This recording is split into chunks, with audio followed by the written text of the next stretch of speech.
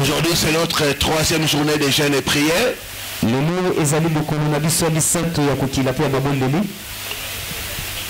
Et je sais une chose.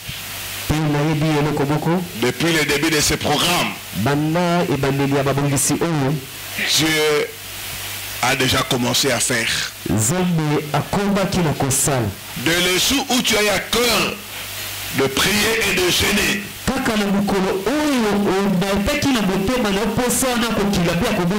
sachez que Dieu s'est résolu à t'exaucer et à agir dans ta vie. Amen. Amen. Ouvrons la parole du Seigneur. Deutéronome chapitre 12. Verset 2 à 3, c'est notre verset de base. Et nous lirons aussi Genèse chapitre 8.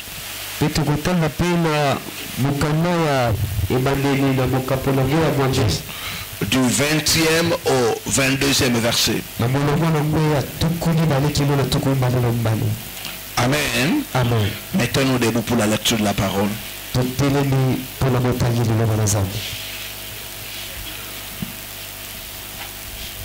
Vous pouvez lire, moi je vais lire Genèse.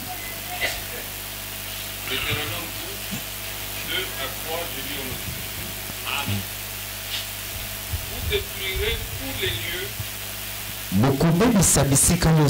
où les nations que vous allez chasser.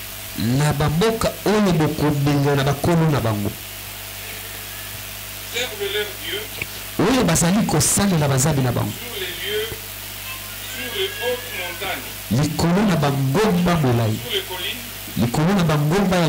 tout arbre fort.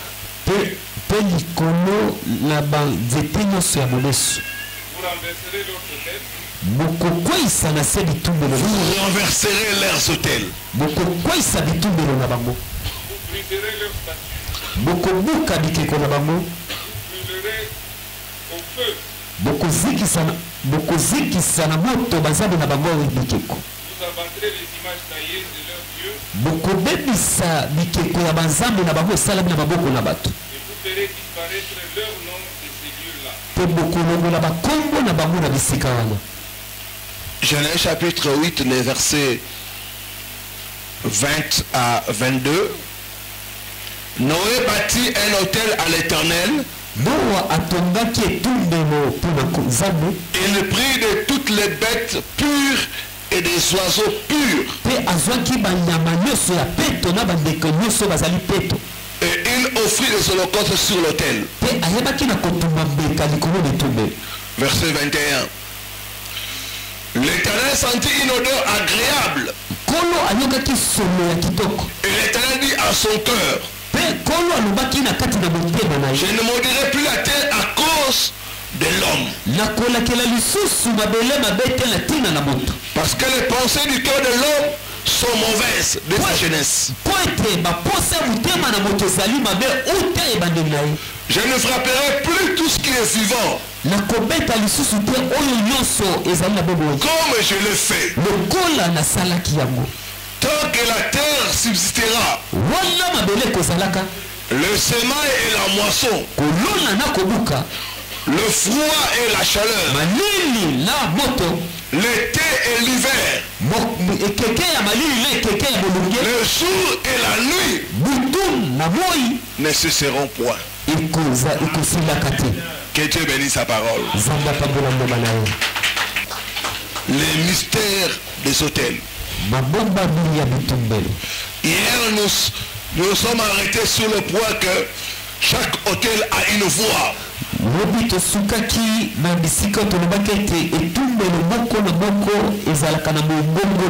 Chaque hôtel a un langage. Chaque hôtel parle. Et la chose qui fait parler l'hôtel, c'est les sacrifices. Quand il y a les sacrifices, l'autel peut parler. L'autel peut parler contre une personne. L'autel peut aussi parler en faveur d'une personne.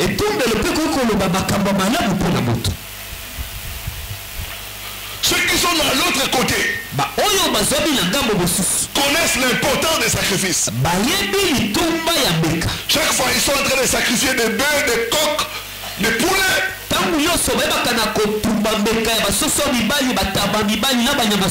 De l'argent, de bien de valeur. Pourquoi tout cela? Pour que l'autel puisse parler en leur faveur. Ou s'ils veulent attaquer une personne, il faut parler l'autel aussi contre cette personne-là. Ils offrent des sacrifices. Des pigeons, des animaux, ils sont égorgés. D'autres vont même sacrifier de vie humaine. Tout ça c'est pourquoi? Pour que l'autel puisse parler contre leurs ennemis. Pour que l'autel puisse parler en leur faveur. Bien-aimés dans le Seigneur, même dans les cas de Dieu, pour que l'autel puisse parler en votre faveur, vous devez déposer un sacrifice. S'il n'y a pas de sacrifice, l'autel est sans puissance. La qualité de votre offrande, de votre sacrifice, dépend de la puissance de votre autel. Parce que l'autel parle différemment. Dès qu'il y a un sacrifice, l'autel devient vivant. Et commence à parler. Bien-aimé dans le Seigneur, du temps de Noé, après les déluges, quand Noé est sorti, la première chose que Noé a fait, Noé a bâti un autel. Et en bâtissant l'autel, Noé savait le principe, le secret, le mystère derrière chaque autel. Il dit, j'ai bâti l'autel, mais si je n'offre pas le sacrifice, cet autel sera sans puissance, n'aura pas de voix. Il prend toutes les bêtes pures, les oiseaux purs, il sacrifie ces animaux dans l'autel. Dès que le sacrifice a été posé sur l'autel, la Bible dit ceci, Dieu là où il était, il a senti une bonne odeur. Et Dieu a parlé. L'autel parle, frères et sœurs. Le sacrifice fait sortir la voix à l'autel. Directement Dieu a dit, à cause de cet autel et du sacrifice qui a été posé, il n'y aura plus jamais les délices. Il n'y aura plus jamais les délices. Bien aimé, jusqu'à aujourd'hui, il n'y a plus jamais eu les délices. Pourquoi? Parce que quelqu'un a eu la révélation des mystères des hôtels. Il a arrêté les délices sur la terre. À cause de son offrande, à cause de son sacrifice. Hébreux chapitre 12 verset 24. Dans ma Bible on dit ceci.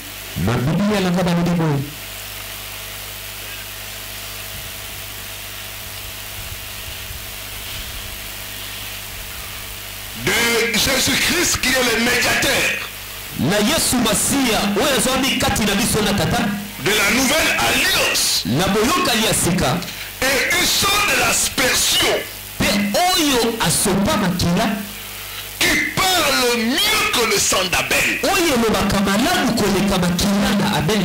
Du sang de l'aspersion. Qui parle mieux que le sang. Qui parle mieux que celui d'Abel. Donc le sang de Jésus-Christ a été répandu sur un autel. Je dis en introduisant ces enseignements que le plus grand autel, c'est l'autel de Golgotha. Et sur Golgotha, il y a eu un sacrifice. Et le sang qui a été versé là-bas a une voix. Et celui qui dit, ce sang-là parle mieux que celui d'Abel.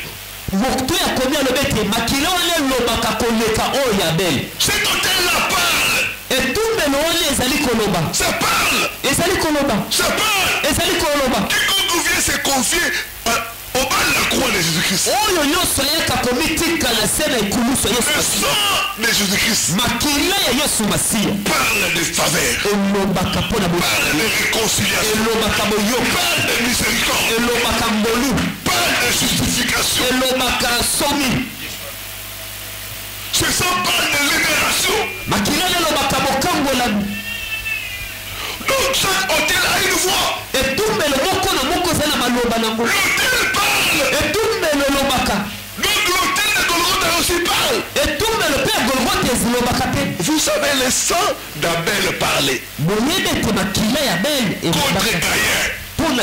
Et tout ce qu'il allait faire n'allait pas réussir.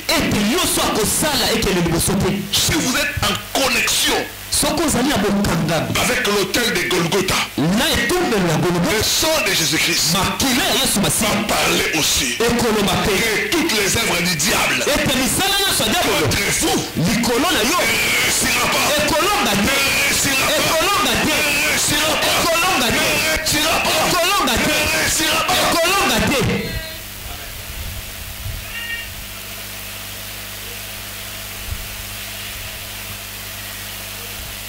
Chaque hôtel a une voix.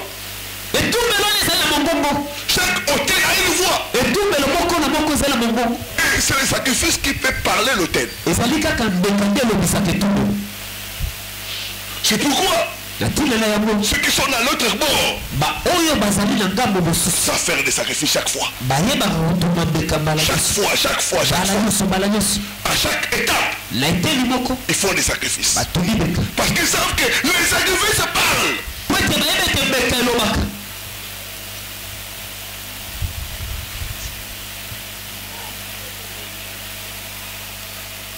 On m'a raconté le témoignage d'une femme. Le sorcier de sa famille avait programmé sa mort. Et le jour où la dame est venue à la prière, on avait prévu qu'elle devait mourir par accident. Dans le chemin de retour, il y aura un accident. Tout était arrêté. C'était le jour de sa mort par accident. De retour de la prière. Cette femme est venue à l'église. Elle a adoré, elle a prié. Arrivé au moment des offrandes, elle n'avait rien. Seulement son argent de transport. Il dit, Seigneur, je suis combattu. Tu connais mes combats. Je vais faire un sacrifice. Cet argent de transport, je vais mettre sur ton hôtel, afin que tu puisses combattre ceux qui me combattent. Cette femme a mis l'argent de transport sur l'hôtel. C'était tout ce qu'elle avait. Le sacrifice sur l'hôtel parle. Ce jour-là, elle est rentrée à pied. De l'église jusqu'à là où elle habitait. C'était un peu loin. Elle a fait 1h30 de marche. C'était vraiment loin. Elle marche en train de louer Dieu. Arrivé à la maison, ceux qui avaient prévu sa mort,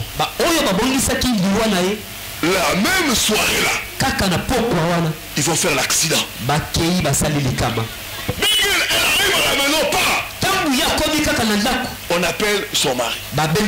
Il y a-t-elle dans la famille? Il vient de faire l'accident mortel. On l'a conduit à l'hôpital.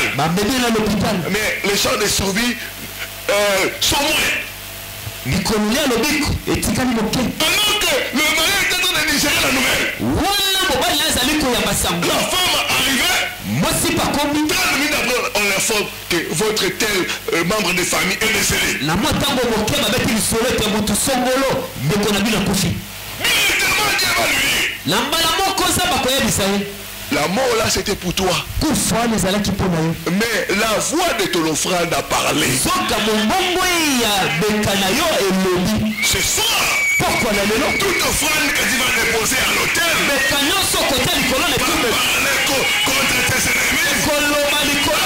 contre tes ennemis. Contre tes ennemis.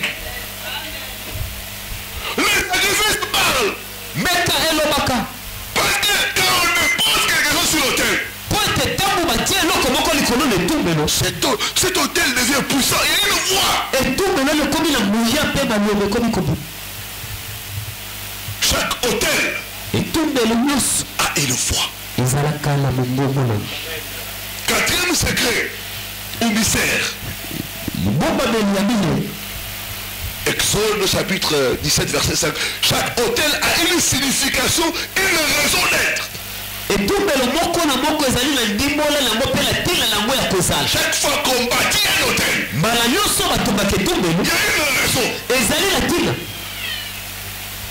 On ne bâtit pas l'autel pour bâtir, non. Chaque autel a une mission, a une raison d'être.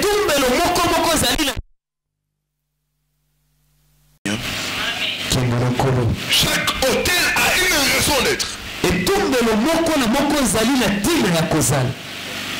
bâtit pas l'autel pour le plaisir de bâtir. Quand on bâtit l'autel, il y a une mission, une raison qui pousse les gens à bâtir une autel. Le verset 5. Exode 7, verset 5. Je lis au nom de Dieu. Amen. L'Éternel dit à Moïse, passe devant le peuple. Exode 17. 17:5. Moïse bâtit un autel et lui donna le nom pour nom l'Éternel ma bannière. Il dit parce que la main a été levée sur le trône de l'Éternel. Il y aura guerre de l'Éternel contre Amalek de génération en génération. Moïse bâtit un autel. La raison pour laquelle Moïse a bâti l'autel, c'était pour avoir la victoire sur les Amalécites. C'était un autel de victoire. Il dit l'Éternel est ma bannière. Devant ceux qui me combattent, c'est un autel pour que Dieu entre dans mes combats. Que Dieu nous donne la victoire. On peut bâtir un hôtel de protection.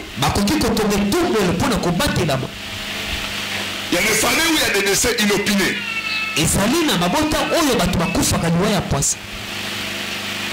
Des morts prématurés. Les gens peuvent aller bâtir un hôtel pour la protection de la famille. On peut bâtir un hôtel pour le pouvoir. Il y a des hôtels qu'on bâtit pour conserver le pouvoir. Pour accéder au pouvoir.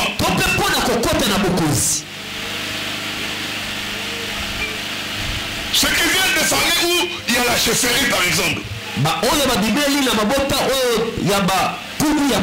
Des familles royales. Il y a des hôtels pour conserver ce pouvoir-là. Vos ancêtres, vos parents ont fait des pactes, des alliances. Ils ont bâti des hôtels. J'ai parlé avec une personne qui m'a dit, pasteur, moi quand je vais au village, les gens m'adorent. Il y a des gens qui se prosternent. Il y en a qui m'amènent des présents.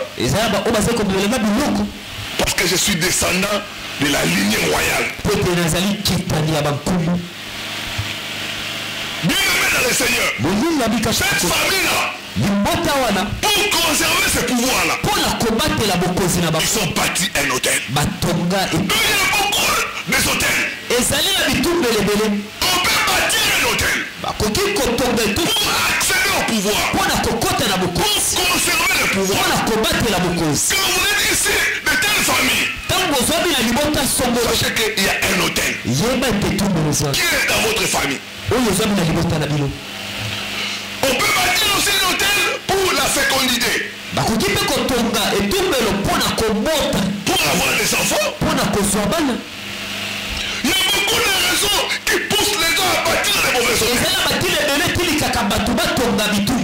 Pour avoir la victoire, pour avoir la protection. Donc si tu veux renverser le mauvais hôtel dans ta vie, dans ta famille, il doit savoir quelles sont les raisons qui ont poussé ces gens-là à bâtir les mauvais hôtels. J'ai parlé avec un frère qui avait beaucoup de blocages. Quand nous sommes entrés en profondeur, on a compris que dans leur famille il y avait beaucoup de décès. Et leur papa est allé voir un féticheur. Et le féticheur a fait des cérémonies. Il a pris les cartouches de balles. La poudre là. Il a retiré cela. Il a fait des incisions sur chaque enfant. Il a dit, par cette cérémonie, chaque personne qui voudra tuer tes enfants va mourir. Et ainsi, après la cérémonie, il n'y a plus la mort dans la famille. Mais en retour, on a enlevé la prospérité.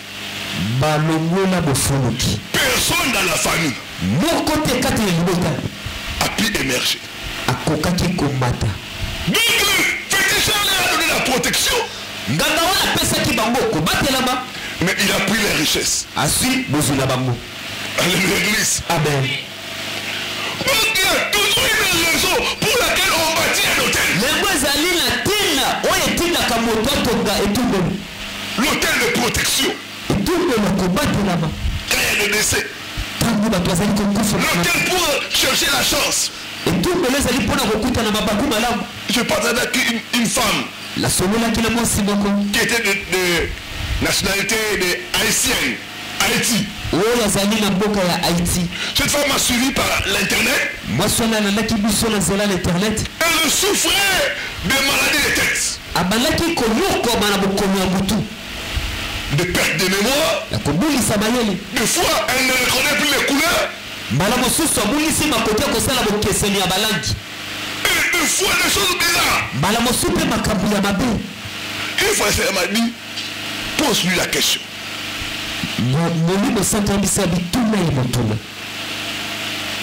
Où est-ce qu'elle est allée?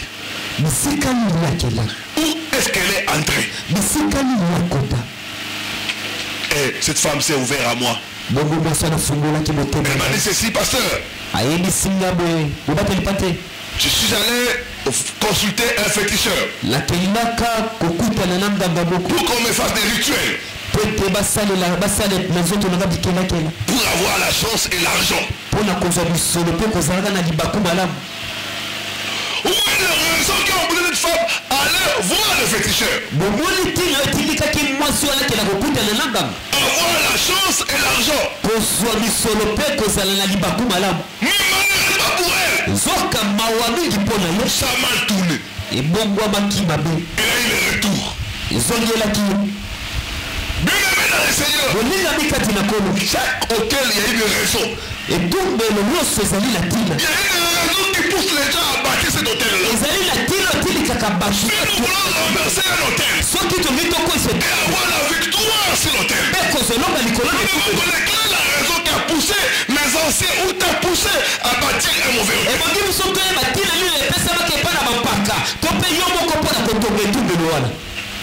Tu dois rentrer à toi-même. Tu vas demander à Dieu, révèle-moi. Quelle est la raison d'être de ces mauvais hôtels? Pourquoi les choses sont comme ça dans ma vie? Quelle est la cause? Quelle est la raison? Il dit invoque-moi.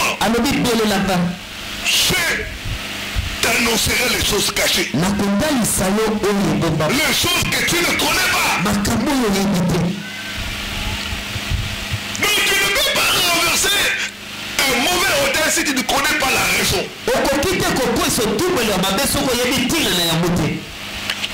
Chaque hôtel, il y a une raison. D'autres pour conserver le pouvoir. D'autres pour briller. Pour avoir la chance. Comme un pasteur qui m'a raconté l'histoire d'une femme là.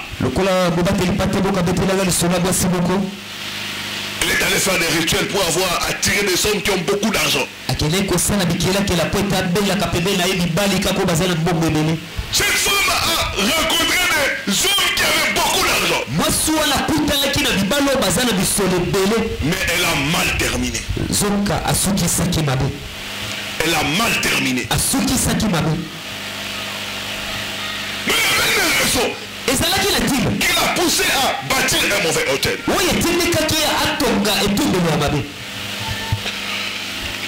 Cinquième secret ou mystère des hôtels. Là où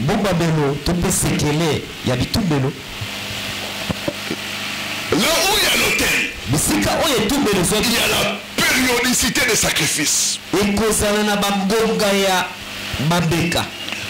La périodicité des sacrifices sur chaque hôtel. Exode 30, verset 10.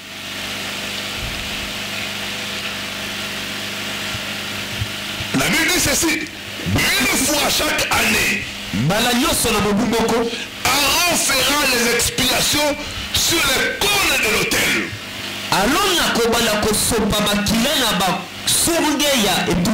Avec le sang des victimes expiatoires. Il fera des expiations une fois chaque année parmi vos descendants.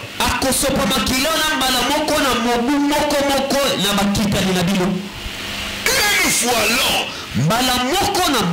Donc, là où il y a chaque hôtel, il y a toujours une périodicité de sacrifice. Et si on dit qu'on devait une fois là faire des sacrifices. Parce que l'hôtel ne peut pas fonctionner sans les sacrifices. Donc on doit déterminer une période. Il doit y avoir les sacrifices. C'est pourquoi vous verrez. Quand on arrive le mois de décembre, Souvent il y a des accidents et des morts. Même pas ici en Afrique, même partout dans le monde. Pourquoi? Il y a les hôtels des morts qui demandent le sang. Donc chaque année, chaque décembre, c'est ça l'hôtel. Il y a une périodisation des sacrifices. Il y a des gens, chaque année, à une certaine période, ils doivent tomber malades. Ça c'est le sacrifice. C'est la périodicité du sacrifice. J'ai parlé avec une maman. Elle a constaté que dans leur famille, chaque année, au mois de septembre, un décès dans la famille. Chaque septembre. Et la famille s'est vidée. Elle est restée seule. Elle, au moins, elle priait. Mais les autres là ne priaient pas. Donc chaque mois de septembre, il y avait un décès dans la famille. Un décès dans la famille. C'est la périodicité du sacrifice. On dit chaque année, Aaron devait faire les expiations. Il y a une soeur qui me suivait. Elle m'a dit ceci, pasteur, en suivant des enseignements, j'ai compris que dans notre famille aussi cette chose-là. Chaque 5 ans, quelqu'un d'important doit décéder dans la famille. Elle a fait le calcul. 5 ans, c'était son père. Après 5 ans, sa mère. L'autre 5 ans, c'était sa tante. Donc chaque 5 ans, quelqu'un d'important devait décéder dans la famille. Ça c'est le sacrifice. C'est la périodicité du sacrifice. Ou une autre personne. Après une année, il doit sacrifier une personne. Lui c'est chaque année. Donc il allait chercher une fille, il sort avec lui pour les sacrifier. Donc chaque année il doit donner quelqu'un. Après 5 ans il doit donner quelqu'un. Donc le sacrifice, il y a une périodicité du sacrifice. Donc ne comprennent pas. Pourquoi les malheurs arrivent dans la famille, dans leur vie à une certaine date, à une certaine période.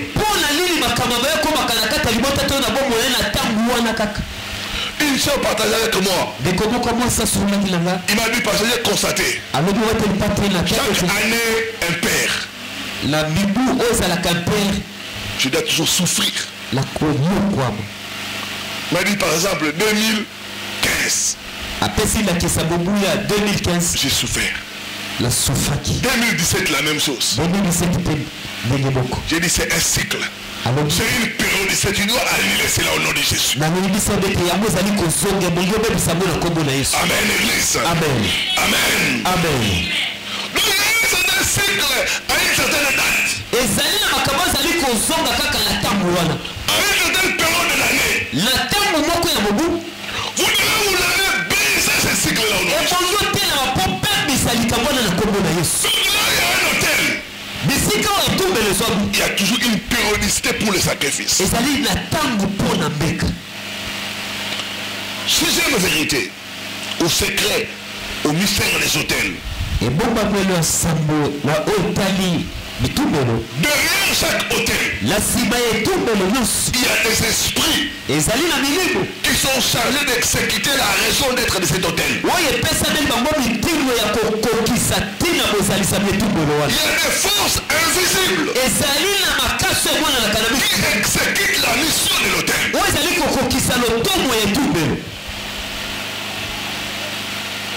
Par exemple, l'hôtel le son. Il y a des esprits de mort. Des accidents. De meurtre, d'avortement. Qui sont là pour exécuter la mission de cet hôtel-là. L'hôtel de pauvreté. Il y a des esprits de pauvreté. Des échecs à répétition. Des blocages. Qui sont là pour exécuter la mission de cet hôtel-là. L'hôtel des eaux. Il y a les esprits de prostitution. C'est pourquoi vous verrez même la ville qu'on appelle Kisangani. C'est une ville côtière. Tout près du fleuve. Vous verrez l'esprit d'impudicité. Les femmes de Kisangani, pas toutes. Mais il y en a qui ne sont pas encore délivrées. Amen.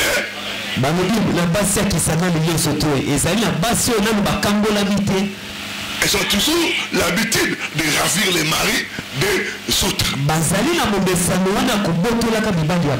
C'est un hôtel. L'hôtel des eaux. Il y a la prostitution. Il y a les célibats. Il y a les divorces. Et derrière ça, il y a les esprits de sirènes. De sirènes de Mamiwata. Des esprits des hommes et des femmes de nuit.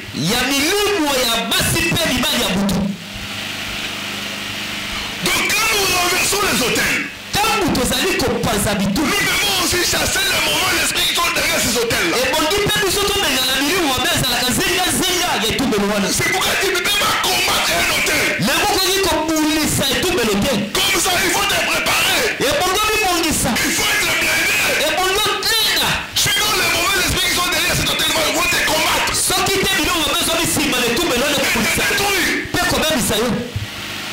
C'est pourquoi certaines personnes qui veulent se retirer d'un hôtel, les esprits qui sont derrière cet hôtel le frappent. Certaines personnes qui désobéissent aux règles établies dans l'hôtel, les esprits qui sont derrière cet hôtel-là les châtient. Par exemple, l'hôtel de Chimao. Cet hôtel-là, quand tu es marié, normalement l'objectif c'est pour protéger la famille. Si la femme va ailleurs, ça amène la mort. Si l'homme maintenant, c'est ça, et n'énonce pas sa femme, ouvre sa femme. L'esprit là de Tiba, c'est l'esprit des morts. Cet esprit va frapper maintenant l'homme. J'ai reçu le cas d'un papa comme ça. Ce papa est décédé. Sa femme se méconduisait. Et les esprits qui sont derrière cet hôtel-là l'ont châtié. Bien-aimé dans le Seigneur, derrière chaque hôtel, il y a des esprits, il y a des forces invisibles. Ce sont ces esprits-là qui apportent l'argent à la personne et qui fait alliance avec l'hôtel. C'est pourquoi vous voyez le serpent leur apparaître vomir l'argent. Ce n'est pas les serpents, c'est les mauvais esprits, c'est les démons. Réaliser ces choses-là. Derrière chaque hôtel, il y a des forces invisibles qui sont en train d'agir, de sanctionner, de récompenser ceux qui sont en relation avec cet hôtel-là, ceux qui coopèrent avec l'hôtel, ceux qui commettent l'hôtel sont sanctionnés.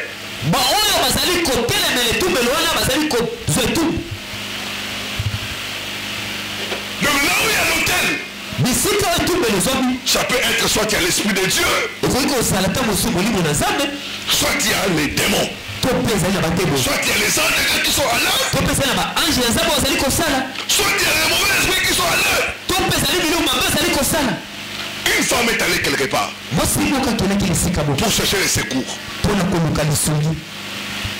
Il a rencontré un prophète. Le prophète lui a dit avant de te faire la délivrance, entre dans mon bureau, tu te déshabilles, tu portes une robe blanche. Tu ne vas pas mettre de sous-vêtements. Elle a fait cela. Elle a apporté les bijoux, les bougies, pardon. Ils ont fait des incantations de prières. Après, le prophète est venu pour faire la délivrance de la femme. Il a commencé à toucher la femme dans les parties intimes sous forme de caresses.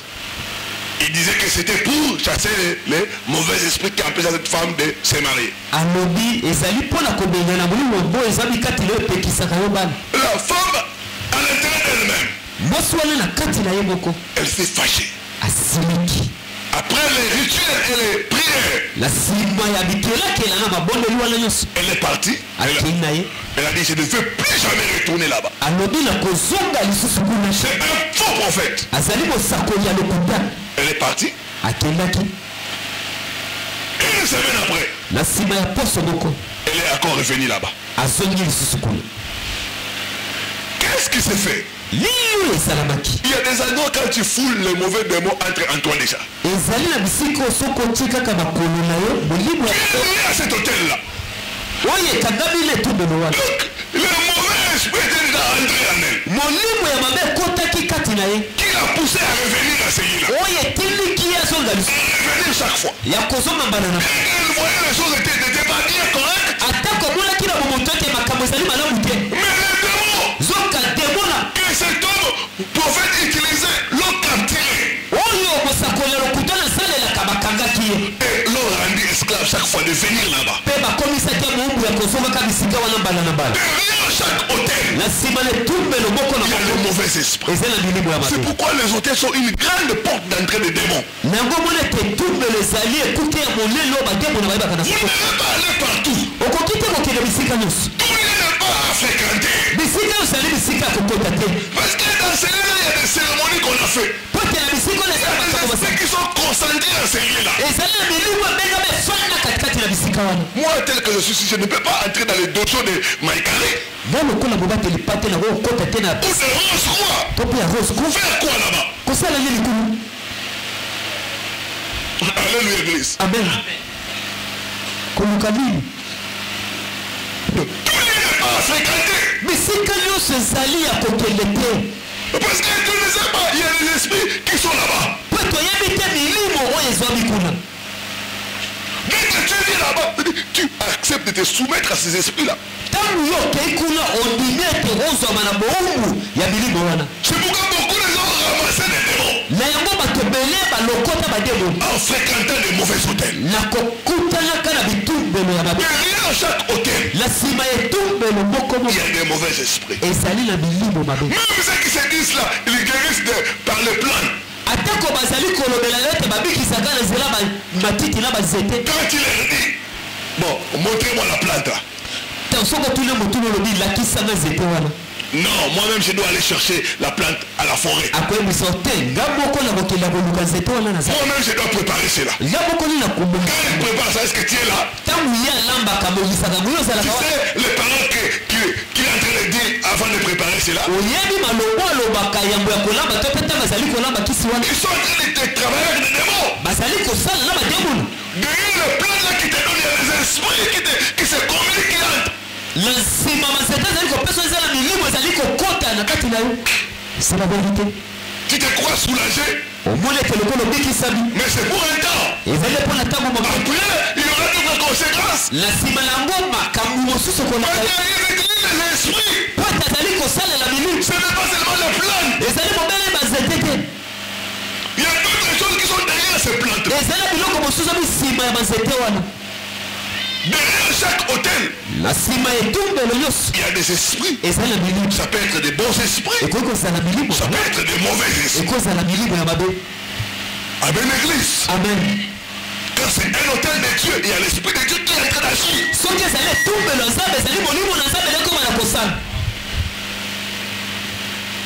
Amen, l'église. Amen. C'est un mystère des hôtels pour terminer. Sous chaque hôtel, il y a un prêtre et un sacrificateur. Il y a une personne chargée de veiller sur l'autel. De faire des sacrifices sur l'autel. De maintenir l'autel. Dans la famille des généraux, il y avait un hôtel. Et le prêtre, c'était son père. Il était chargé de maintenir l'hôtel vivant. Il sacrifié sur l'hôtel. Il fait fonctionner l'hôtel. C'est pourquoi vous verrez chaque fois, quand un homme grand veut mourir, il appelle les gens. Et il cherche qui laisser. Qui laisser comme prêtre pour continuer. Pourquoi hériter la sorcellerie comme ça? Surtout les gens qui sont les chefs de famille. On leur laisse quelque chose. Non, c'est les ancêtres. On te transmet le pouvoir. Ça se transmet. Il faut que quelqu'un reste. Dans chaque famille, il y a un représentant de Satan. C'est ça le prêtre satanique. La personne qui est chargée de maintenir le mauvais hôtel. Maintenir le mauvais hôtel. D'offrir des choses sur l'hôtel pour que l'hôtel continue à fonctionner. Vous verrez dans les familles, il y a un oncle là. Si lui parle, c'est ce qui va se faire dans la famille. Si tu oses le contredire, tu vas mourir. J'ai suivi une famille. Et dans cette famille, il y avait un grand frère. Celui qui était le prêtre satanique de l'hôtel de la famille. Donc les choses que les grands frères avaient, il avait hérité ça de leur grande-mère. Imaginez avec une personne normale. Une personne normale. Vous voyez les porte-monnaies. Des fois il y a des endroits où on met les photos. Ce grand frère a mis sa photo et la photo de sa grande-mère. Quand on m'a dit ça, ce n'est pas enfin. C'est Siyama. Le pouvoir là, il a hérité ça de cette femme là. Et le grand-mère, c'était une grande sorcière. Le grand-mère a transmis à la mère et à l'enfant le premier de la famille.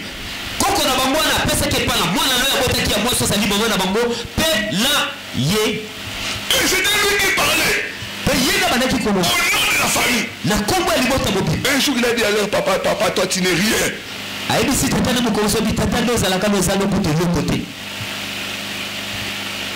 Il est ceux qui osent encore. Tu vas voir ce que je vais te faire. Et 2 mois c'était trop, le papa est décédé.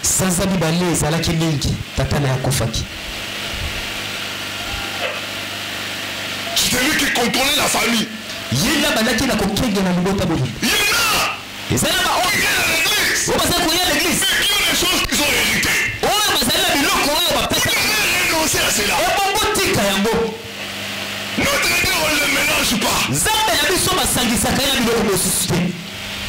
Non, frères et sœurs. Notre Dieu n'accepte pas le mélange. Sur chaque autel, il y a un prêtre, il y a un représentant. C'est pourquoi quand nous renversons les autels, nous devons aussi tuer le prêtre satanique. Si il ne tue pas le prêtre, il va encore rebâtir l'autel. Remarquez Élie. Quand il a renversé les autels de Baal, il a demandé au peuple. Saisissez tous les prophètes de Baal. Et la Bible dit ceci. Ils les ont égorgés. Tous. C'est horrible. Mais ça devait se faire. Pour que Baal, l'autel de Baal ne puisse plus être rebâti. Nous devons prononcer les jugements de Dieu. Sur toute personne qui est en train d'embrouiller votre famille. Que Dieu le frappe au nom de Jésus. Que le Seigneur tombe sur lui au nom de Jésus. Une personne qui sera pour prononcer les malédictions. Si, tant que je suis vivant, si les ancêtres ne m'ont pas laissé cette chose-là, tu verras les jours où tu vas te marier. Tu vas les confondre dans les Jésus. Tu vas les confondre dans les Jésus. Tu vas les confondre dans les Jésus. Toute personne qui a juré, rien de bon ne va t'arriver. Parce qu'il est sûr de ses pouvoirs. Dans ses programmes. Le feu de Dieu va apparaître là où il est. Il va les détruire au nom de Jésus. Il va les détruire au nom de Jésus. Nous allons tuer les prêtres sataniques au nom de Jésus. Nous allons prendre le pain de Dieu et couper la tête au nom. Le prêtre satanique doit mourir.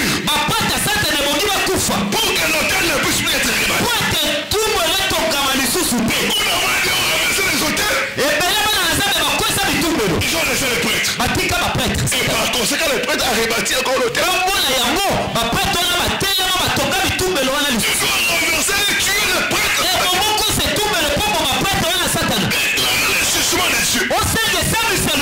La Bible, tu ne laisseras pas vivre la sorcière. Notre Dieu ne fait pas seulement vivre, mais il fait mourir aussi. Je t'annonce après ce programme. Le satanique sera détruit au nom de Jésus. Tu recevras des nouvelles de mort. Des nouvelles de mort. Ça sera pour toi une délivrance. Ça sera pour toi une délivrance. Jésus-Christ. Ce prêtre-là, lui et son hôtel, il va mourir au nom de Jésus. Le feu de Dieu va le brûler au nom de Jésus. Le feu de Dieu va le brûler au nom de Jésus. Il est temps que nous puissions nous lever avec une colère saine. Déclarer la mort de nos ennemis au nom de Jésus. Déclarer la mort de tout prêtre satanique. Cette personne qui ne veut pas se repentir. La nuit toujours en train de les faire souffrir. Ici je vois les gens comment ils pleurent. Et une personne est derrière cette souffrance là. Je dis que mon Dieu va les frapper au nom de Jésus. Mon Dieu va les frapper. Mon Dieu va les frapper. Mon Dieu va les frapper.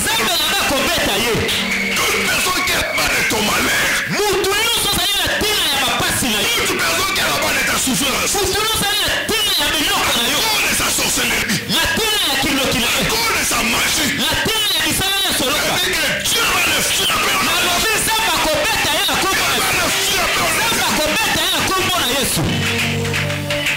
Il y a des familles où vous savez, il y a tel oncle, il est dans l'occultisme, c'est lui qui vous sacrifie.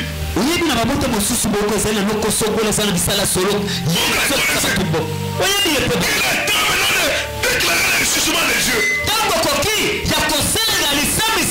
Renverser son hôtel.